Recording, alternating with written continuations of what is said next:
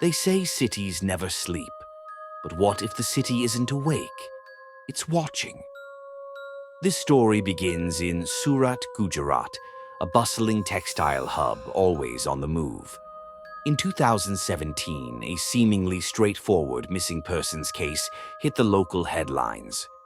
A 21-year-old architecture student named Priya Joshi disappeared while returning home from her evening internship. She had texted her mom, "Just left." 20 minutes. But she never arrived. The CCTV footage from the street showed her walking near the old Ramnagar textile mill, abandoned since the early 2000s, then turning into a narrow alley. That was the last time she was seen. The footage was strange. She wasn't alone. A man in a dark hoodie followed just 12 feet behind, never too close, never too far. The problem? The man never showed up on the next camera. Only she did.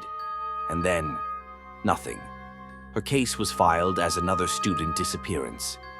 But that's not where it ends. 3 weeks later, police received an anonymous envelope. No stamp, no fingerprints, containing a torn piece of Priya's college ID, and a photo. A photo of a drawing. A crude sketch of a girl chained to a hospital bed. Scribbled below it were the words, "He makes them forget." Suddenly, investigators noticed something. Another disappearance had happened in the same locality, 6 months earlier. A young male intern from a medical college, Parth Sangvi, vanished after a night shift at the city hospital. His last location, also near the old Ramnagar mill. Police dismissed the link. Different genders, different colleges, no motive. But one journalist didn't buy the official line. Meera Menon, a relentless crime beat reporter with a gut for patterns. She dug through archived cases and found something chilling. Since 2014, at least 5 students had vanished within a 3-kilometer radius of the mill. No connection on the surface. Different ages, different professions. Except for one bizarre detail. All of them had drawn something before disappearing. In class, in journals, in notepads, the same thing. A tall figure, faceless, wearing a doctor's coat, with one hand longer than the other. Meera dubbed him the asymmetrical doctor. The police mocked it, until 2018, when a sanitation worker stumbled upon a hidden basement under the old Ramnagar mill. Behind rusted metal doors, police found what looked like an abandoned medical setup. Surgical chairs, rusty beds, old journals, and a recording system. In the footage, recovered, degraded and grainy, authorities saw something horrifying. One of the missing students, Parth, was tied down. He wasn't screaming. He was laughing uncontrollably. Then, the camera glitched, and someone whispered from behind it, "We're fixing what they broke." The footage ended. DNA found on the ropes confirmed it. It was Parth, but no body was found, no trace of Priya, no fingerprints, no recent entries. The case turned cold again, until 2020. A child went missing from a local orphanage near the river. During the search, divers found something wrapped in plastic below the water level. Not the child, but an old suitcase.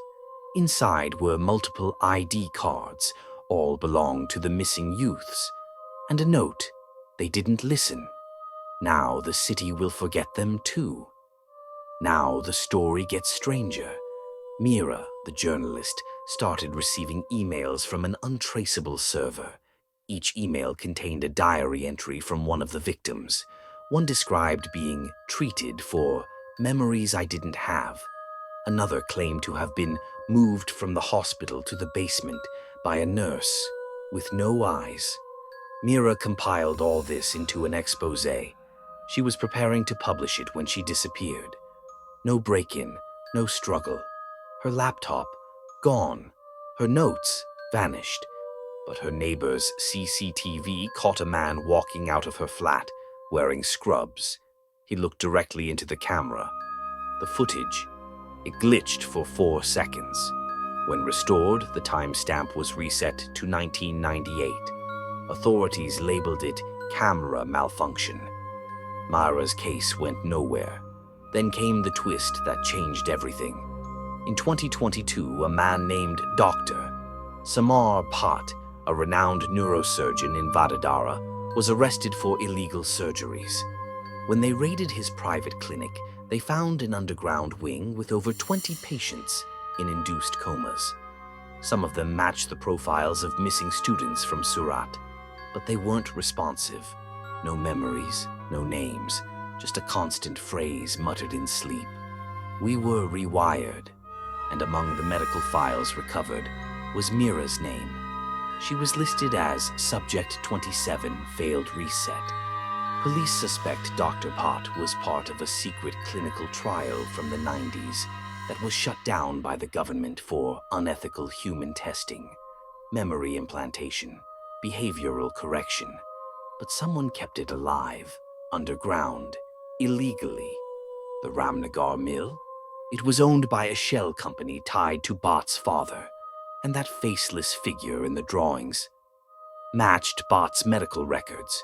He had one arm slightly longer than the other due to a rare birth defect. He denied all allegations, claimed someone was framing him.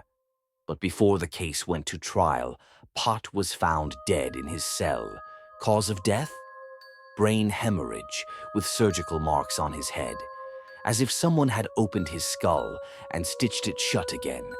But no surgery was logged, no cameras worked that night. And the final twist? 2 days later, a new email was sent to the Surat crime desk. No text, just a photo of Mira, sitting in a hospital chair, smiling, and beside her, a doctor with no face. The email was signed, "The work continues." So now we ask, how many of the missing were truly missing? How many were reset? And more importantly, how many more will be before the city forgets again?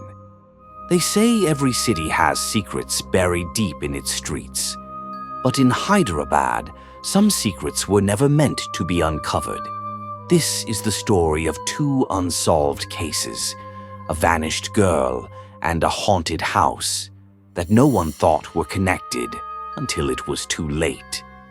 June 2018. Ayesha Khan, a 22-year-old journalism student, disappeared on her way back from her evening class at Osmania University. She was last seen on CCTV footage at a tea stall, speaking to someone off camera. The footage ends abruptly.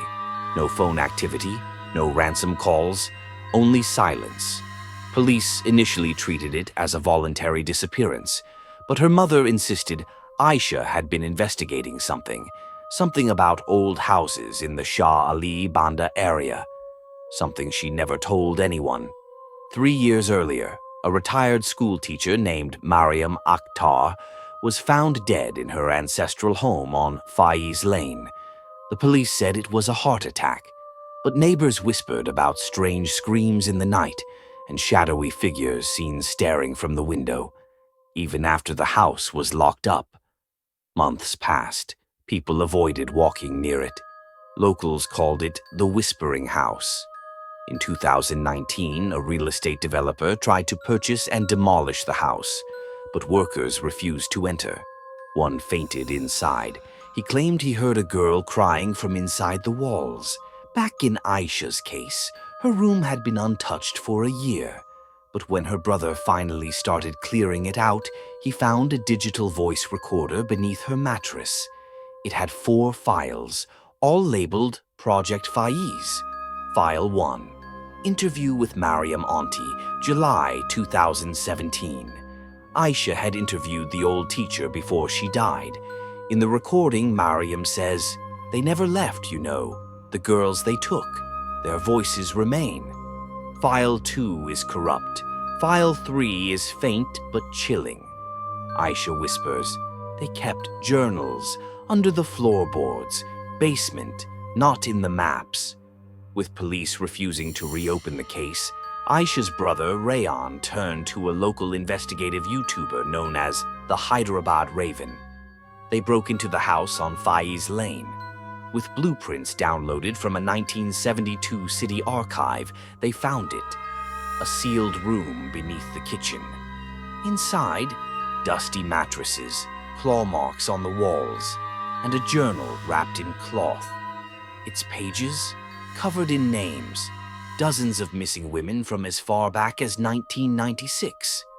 The journal revealed an underground trafficking ring, one that used the Faiz Lane house as a holding site before moving victims to other cities.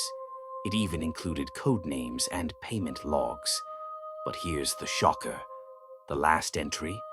AK confirmed. Delivery 14th June, 2018. Ayesha Khan. They took her because she was close. Too close. Rayan handed everything to the police.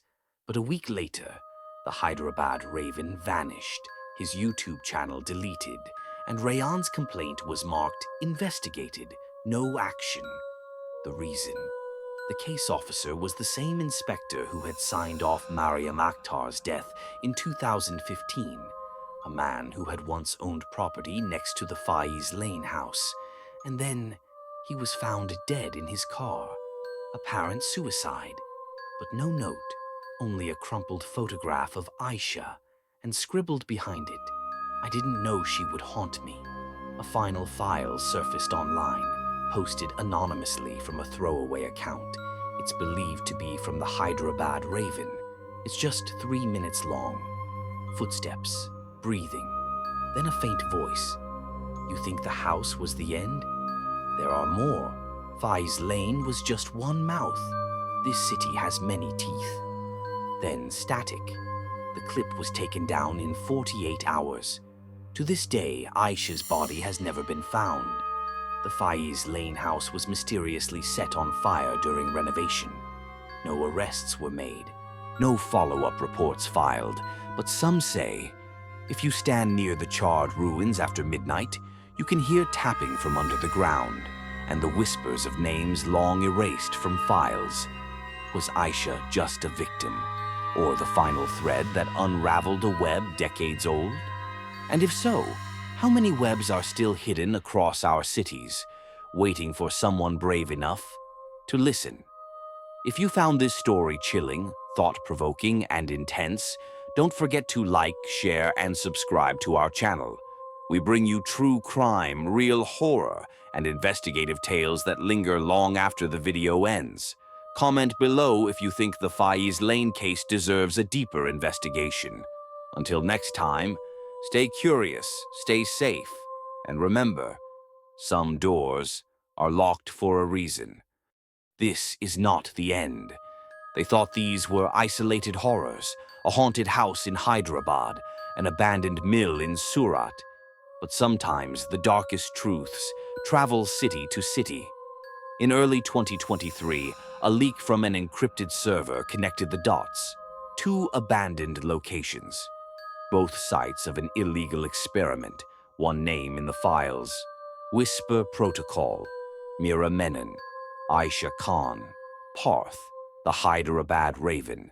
They weren't victims, they were subjects. Brain resets, memory wipes, behavioral experiments that were shut down decades ago, but secretly continued beneath our cities. One journal found at Faiz Lane had a chilling entry. Ramnagar transfer complete. Subject AK received. AK Ayesha Khan. She was never lost. She was relocated. We're fixing what they broke. And just when the trail seemed cold, she returned.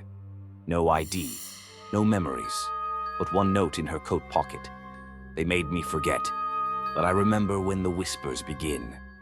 So now we ask again, how many disappeared? Weren't taken, but reprogrammed? How many cities are still running the protocol? And how many more will be reset before someone listens? If you found this story unsettling, subscribe for more tales the world tried to forget, because the next whisper might be yours.